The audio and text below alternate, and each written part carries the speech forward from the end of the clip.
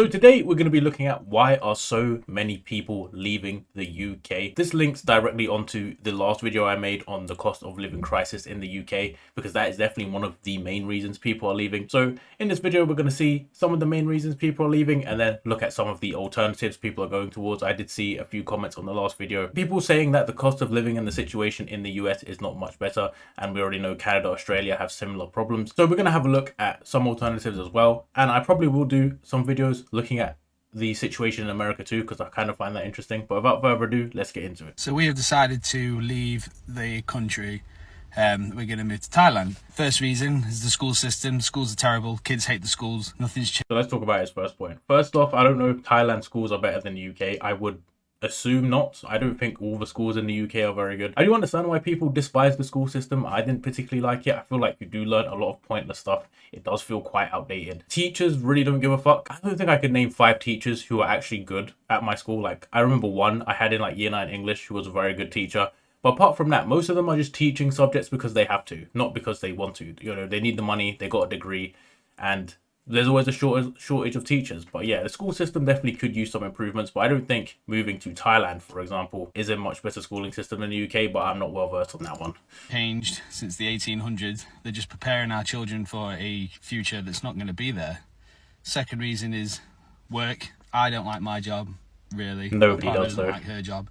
We're sick and tired of getting up on a Monday, going through the same routine, and then it's the weekend, and then it's a Monday again. I mean, that's kind of the situation in every country in the world, and this right here leads into one of the issues I have with people leaving the UK. If you don't have money, or you don't have a work from home job or an online job, like if you're an influencer, then of course you could live anywhere pretty much and do your job. If you have a remote job, you could live anywhere. But if you work in a supermarket, or if you're a construction worker, you move to another country, you're going to get paid those wages, so your quality of life might not improve at all. You'll probably be earning less if you leave the UK. I think we're in this weird spot where everyone's like, oh, I hate my job is shit, I hate the working week. Everyone hates their job, and everyone's hated their job forever. There's very few people that actually get the job they want, and there's very few people that can do it. A lot of those people just get lucky, and you have to realize that certain people's situations are not the same as yours, right? So some people just get lucky where they spawn in life, and they may have rich parents, or they may have more free time, so they had the opportunity to work on that YouTube channel or to work on whatever business they had. While you working 40-50 hours a week, you may not have that time that they have, right? You may have had a child earlier in life. There's a lot of reasons why people may have to work certain jobs they don't like, and in many cases you don't have the option of working a job you like, unfortunately. For nothing. We pay so much tax and all these bills that are just going up and up and up. The weather is terrible. England is just a miserable place. The streets are unsafe. We're just tired. So we've got Instagram going, we've got YouTube going, we've got TikTok going. We're going to try and raise as much money as we can before we go, and hopefully be gone in November. So follow us through our journey. We're going to sell the house, we're going to sell everything we own. So let's address the final few points of that video. Firstly, he said the weather is shit in England. I mean, yeah, the weather has always been shit here. I mean, what can you do really? It's just where it's situated. It's going to be very cold and wet for the majority of the year. You're going to have random heat wave days where it's going to be unbearable, and for the most of the year it's going to be kind of mild. If you want better weather, then that is a valid reason to leave. It can be very depressing being in this country for sure. So one other thing he did say was the streets are unsafe in England. Now, I think the streets are unsafe pretty much anywhere you go. Like, if you go into the wrong neighborhood in any country, you're going to be unsafe. And I think for the majority, the UK is probably one of the safer countries. I know there's a lot of statistics floating around about people getting robbed in London, and there are people that get robbed. I've had friends who've had their phones stolen. A lot of the time it's very much in the more affluent areas that people get robbed, because that's where people who have money are. So they want to rob your watch, they want to rob your phones, probably your wallet if you have any money. Then again, I don't think UK is that unsafe. I know some people have this weird sort of dystopian idea that the UK is so unsafe, and some places in America are so unsafe. Yes, there are unsafe areas, but for the majority, it's not unsafe. I walk around at night all the time. You say, oh, you're a man, blah, blah, blah. Trust me, it's not that unsafe to walk around in the UK. I don't even live in a particularly good area, and I walk around at night, and I know people who walk around at night, and nothing is going to happen unless you go looking for trouble for the most part. But yeah, the last thing he said there is he's got all these social medias, I'm presuming with a lot of followers. Yes, so he's making money online. Of course, he can move. That's where the option is. For the most part, though, people don't have that option. Anyway, let's move on. People in my comments keep asking me, why would you want to leave the UK? Some even call it unpatriotic. So here it is.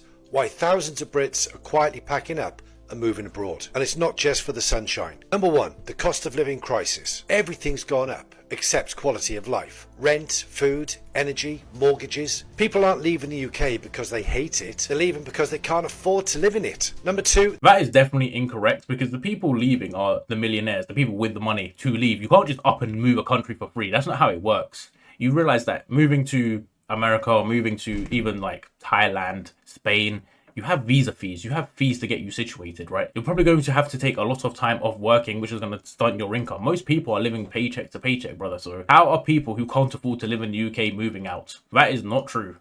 It's people that may be earning a decent bit of money and want to keep more of their money. I don't see how it's possible for somebody who's earning the minimum wage, maybe let's say £2 grand a month, to leave the UK. How?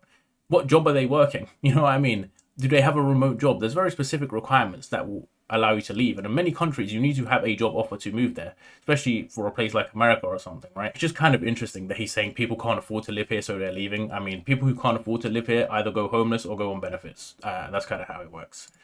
the broken housing market. £250,000 for a semi in the suburbs, or £30,000 for a home abroad with land. You do the maths. Brits are I'd say it's kind of selective what you're picking. You know what I mean? Sure, the house prices in England are absolutely disgraceful. I will agree with that. House prices in London in specific are just absolutely a rip-off. They are not worth what you're getting. You know, you're getting a ratty 2-bedroom for like 400 grand. It's just not worth. And if you want to live in a more affluent area, you're looking at an extreme price where pretty much your whole paycheck will have to go to the mortgage, right? In terms of getting a house at 30k somewhere, I mean, yes, you probably can. I mean, I've looked at houses in certain countries where, sure, you may be able to get it, but you're not necessarily getting a nice house for that. You know what I mean? You can get an apartment for like 50, 60 grand in certain countries for sure. Then again, what job do you have to get there? How are you getting there? You know, do you have savings? Can you afford to buy a house? You know, in some countries, there's not necessarily mortgage payments. They like to take money up front. I looked at houses in Northern Cyprus before. These men like to take your payment in 3 chunks. You know what I mean? moving because they want to own something, not rent for life. Number 3, quality of life trade-offs. In places like Bulgaria, Portugal and Hungary, people have more time, less stress and stronger communities. Brits are realising they don't have to accept the 9-to-5 grind and 2 weeks holiday forever.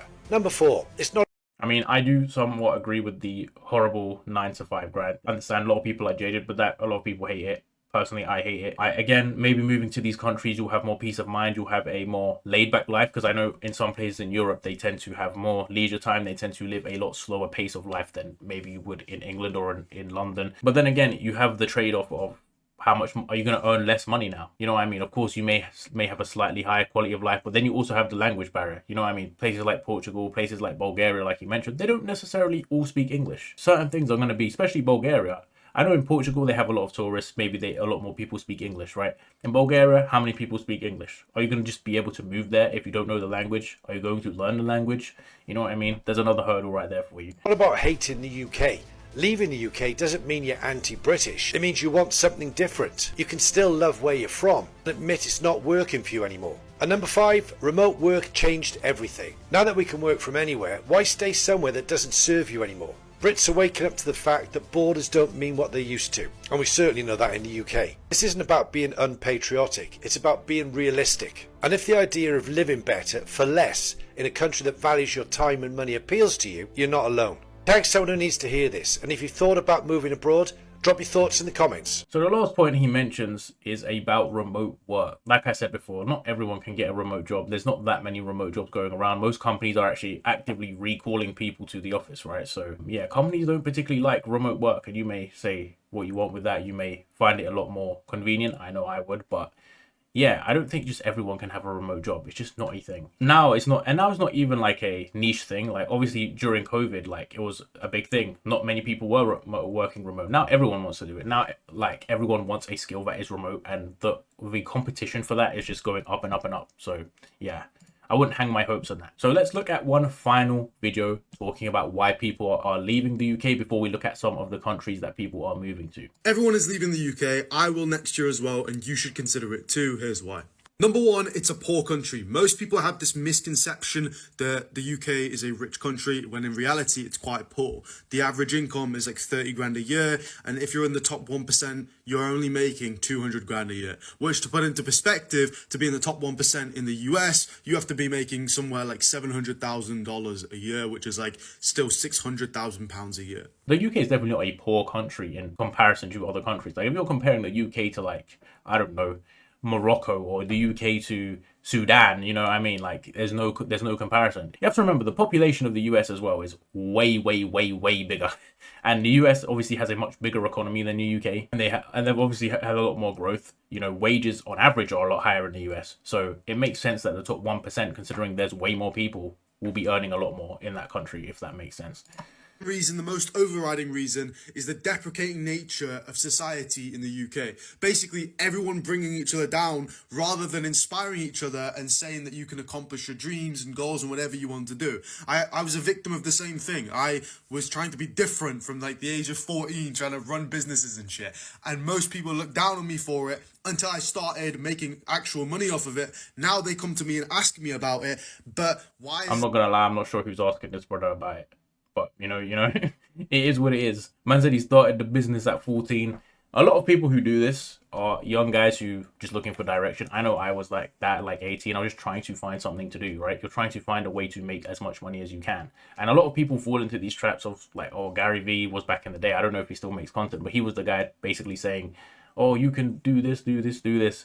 I think in the UK, where he talks about the culture, a lot of people tend to be a lot more realistic, or they try to be a lot more realistic. They don't like to take risks, right? So in the US, it may be a thing to like quit your job and go start a business, or just risk your life, risk your whole life savings. Whereas in the UK, I think people are a little more conservative when it comes to stuff like that. Also, I wouldn't say it's necessarily all negativity. I just think it's more pessimism. I also think a lot of people like to keep themselves to themselves a lot more. In America, people love to be up in each other's business. They're a lot more outgoing and friendly. They love to talk to each other. In the UK, people are a lot more sort of introverted. They don't like to constantly be talking about what they're doing or the ventures they're going on. And that can kind of have a double-edged sword, because then you don't want people to find out what you're doing, but in the same way you need people to know if you're doing a YouTube channel or a business to try and support you, I guess. So yeah, there is that. And again, in that video, I don't think that's why most people leave. I think it's more of just quality of life and cost of living. But let's move on to some of the countries people are moving to. If you're thinking about leaving the UK, you're not alone. Here are the top 3 best countries to move to. And stick around for number 1, because that's where I'm going. Number 3 is Australia. So many people from the UK have moved to Australia for a better life, and not a single person that I know has regretted it. It has a lovely warm climate, beautiful beaches, a high standard of living, a good economy and a diverse culture. Plus the salaries are better in Australia,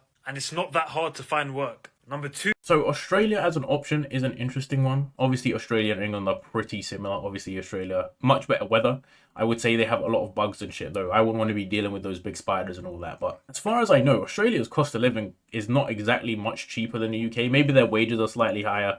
Maybe certain quality of life might be slightly better. But I know that the house prices in the cities is insane over there. Same with Canada. House prices in Australia and Canada is absolutely insane. It rivals London for sure, with how overpriced it is. So, I mean, I remember seeing this TikTok guy who literally compares Canadian just random townhouses to castles in Europe, and they're literally more expensive. So yeah, I wouldn't say Australia in terms of housing is much cheaper. Maybe the weather is just a much bigger plus for you. Maybe people are a lot more friendly. Maybe, I mean, I'm sure there is opportunity for Brits to go there. I think you probably can go there and work. I remember researching it before. I think Brits can just get a year visa to work there as well. So it is an option if you just want to take a year, maybe try and get a job there for sure. Number 2 is the United Arab Emirates. First of all, it's warm and sunny all year round, and it's extremely safe. You don't have to worry about people stealing anything or getting robbed. It's probably the safest country in the world, and their punishments for crime is extremely strict. They have a very strong economy with a lot of opportunity, and it's well connected to the rest of the world, which makes travel easy. The only problem is it can be expensive. So with Dubai and the UAE, I mean, I think it is a interesting place to go. I do think obviously quality of life can be good if you have money. It's one of those places where if you have money, it's a great place to live.